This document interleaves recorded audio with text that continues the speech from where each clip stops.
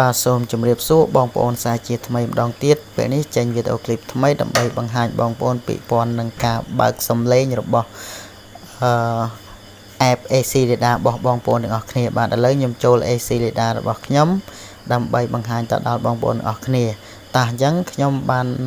បើក AC Radar របស់ខ្ញុំហើយខ្ញុំចាប់ផ្ដើមចុចយកកន្លែងពាក្យថា Minoi បងប្អូនណា Minoi បងប្អូនឃើញស្រាប់ហើយ Minoi នៅខាងក្រោមបាទខាងក្រោមសម្រាប់ទូរស័ព្ទ Android បងប្អូនបាទអញ្ចឹងបងប្អូនអាចចុចកន្លែងហ្នឹងមកបាទហើយវានឹង load បែបនេះបន្តមកទៀតបងប្អូនអាចយកពាក្យថា setting កន្លែងកំណត់ណាបងប្អូនកំណត់មុខងារផ្សេងណាបើអង់គ្លេសដាក់ពាក្យថា setting អញ្ចឹងបងប្អូនចុចកន្លែងកំណត់ហ្នឹងមកតោះបងប្អូនទៅមើលកន្លែងបើកសំឡេងបាទពេលដែលយើងពេលដែលយើងផ្ញើលុយឬក៏លុយចូលលុយចេញវានឹងប្រាប់យើងតែម្ដងបាទអញ្ចឹងខ្ញុំបានបើកមុខងារឲ្យបងប្អូនណាយើងគ្រាន់តែបើកមកវាចាប់ផ្ដើម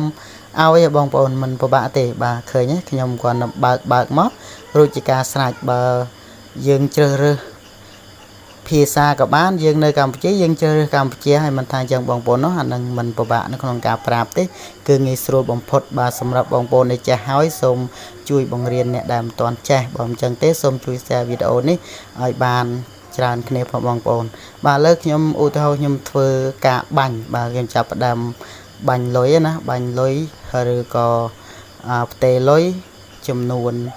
200រៀលហើយវានឹងប្រាប់យើងអញ្ចឹងចាំស្ដាប់ទាំងអស់គ្នា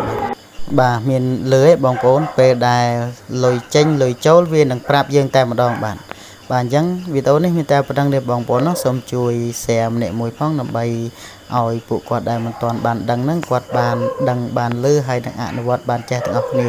ជៀសវាងយើងធ្វើការបាញ់លុយទៅច្រឡំបាទតែបើនេះវាមិនច្រឡំទេបងប្អូនដឹងថាត្រូវបងព្រោះវាប្រាប់យើងដែរ